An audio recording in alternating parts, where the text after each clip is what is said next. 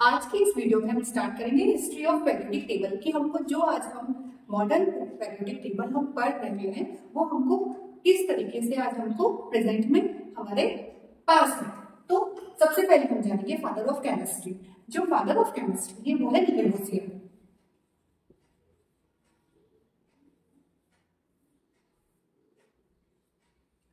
इन्होंने क्या किया था, इन्होंने पेरियोडिक टेबल को जो एलिमेंट्स होते हैं उनको दो भागों में बांटा था, मेटल एंड नॉन मेटल।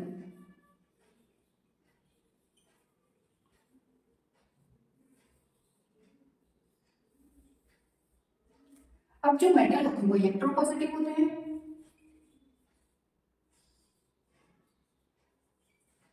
और ये इलेक्ट्रो नेगेटिव होते हैं।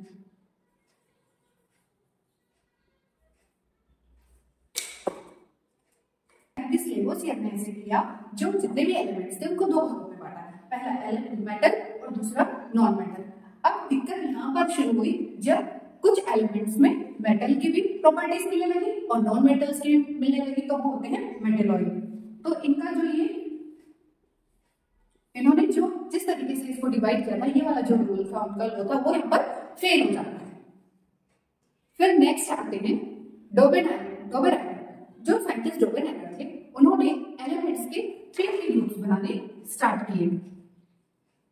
उन्होंने थ्री ग्रुप्स या थ्री सेट्स हर एलिमेंट्स के स्टार्ट किए। फिर उनमें उन्होंने कुछ रिलेशनशिप बताया थ्री ग्रुप्स को लेकर। डोबेनाइयर्स ऑफ ट्राइड रूल्स हम उसको कहते हैं। तो अब हम उसको देखेंगे नेक्स्ट। ट्राइड रूल था वो थ्री एलिमेंट पेयर के लिए ही काम करता है, मतलब थ्री एलिमेंट के तीन पेयर बनेंगे उस पर ये काम करेगा, इसलिए इसको जो ट्राइड रूल कहा गया वो इसी कारण से कहा गया। अब देखिए, फर्स्ट हमने लेवोसियर का देख लिया। अब नेक्स्ट फिर आए डोबेनाइयर। जो डोबेनाइयर थे उन्होंने ट्राइड रूल निकाला। उन्होंने थ्री सेट बनाए एलिमेंट्स के, जो कि इस तरीके से हम एग्जांपल देखेंगे, लिथियम, सोडियम, पोटेशियम। अब ये थ्री सेट उन्होंने इस तरीके से दिए, जो कि हर उस पर एलिमेंट पर एप्लीकेबल नहीं हुआ। अब जो उन्होंने ये थ्री सेट दिए थे वो इस तरीके से 1 2, हम इसको नंबरिंग करके लिखेंगे। ये जो 1 2 3 थे, जब हम इन दोनों को ऐड करके उससे डिवाइड देंगे तो हमारा जो ये निकल कर आएगा वो किसका, सोडियम का निकल कर आएगा, जो कि ये हर किसी के लिए एप्लीकेबल नहीं था। इसमें कुछ एक्सेप्शन भी आ गए थे जो कि आगे चल के ये फेल हो गया। तो ये था डोबेनाइयर ट्राइड रूल। अब हमने लेवोसियर का देख लिया, डोबेनाइयर का देख लिया। अब फिर आएगा न्यूलैंड का ऑक्टेव रूल।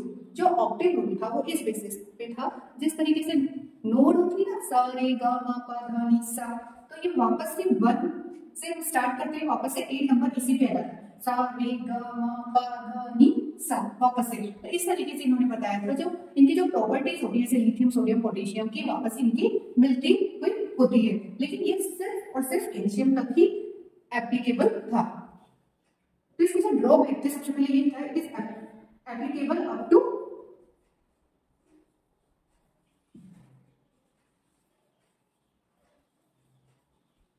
कैल्शियम, और दूसरा ये था, ये it is not applicable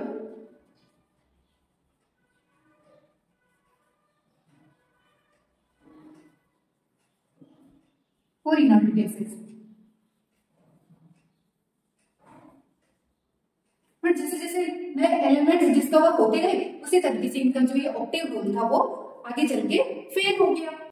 Newland के बाद आते हैं लोटरमेयर, जो कि हमें ग्राफ प्लॉट करके बताते हैं किसके बीच में, एटॉमिक वॉल्यूम और एटॉमिक मास के बीच में जो हमको डेंसिटी हमको दिखाई देती है सभी एलिमेंट्स की, तो हमको इस तरीके से रहती है। जो पीक पे हमें मिलते हैं वो बहुत हाईली इलेक्ट्रोपॉजिटिव मेटल होते हैं, जैसे कि लिथियम, सोडियम, पोटेशियम, और ये होते हैं एल्काइली मेटल्स।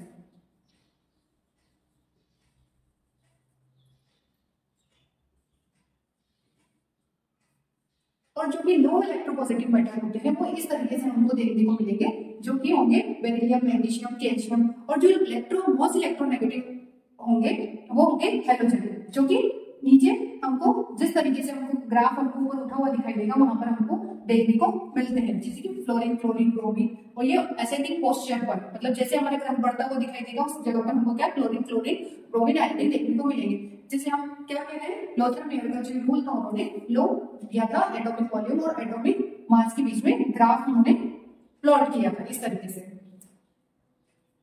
इलेक्ट्रोपॉजिटिव मेटल होती है वो होती है alkaline earth metals.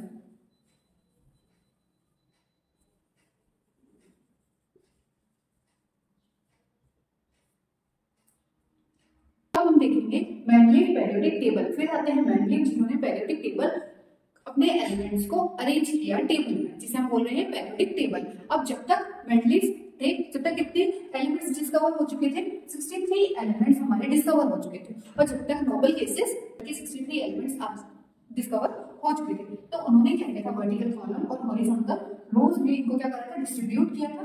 Vertical column से 8 तो जिनमें उन्होंने ग्रुप दिए थे, है ना, और 7 रोज दी।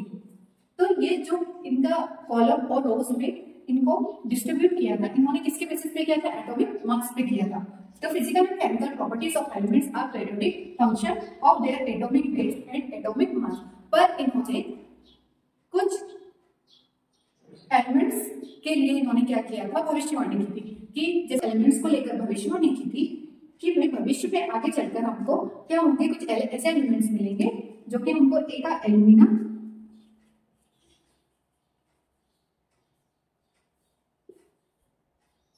और एक सिलिकॉन के नाम से इन्होंने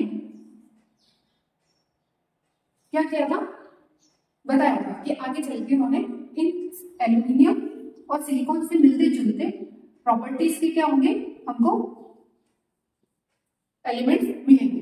तो उन्होंने इसका नाम दिया था एक एल्यूमिना एंड एक सिलिकॉन, जिसको चल के आगे चल के हमने क्या नाम दिया था, गैलियम एंड जर्मेनियम, जो कि इनसे ही इनकी प्रॉपर्टी से ही मिलते जुलते थे। तो इनके ये थे मेरिट्स। अब देखते हैं हम इनके डिमेरिट्स।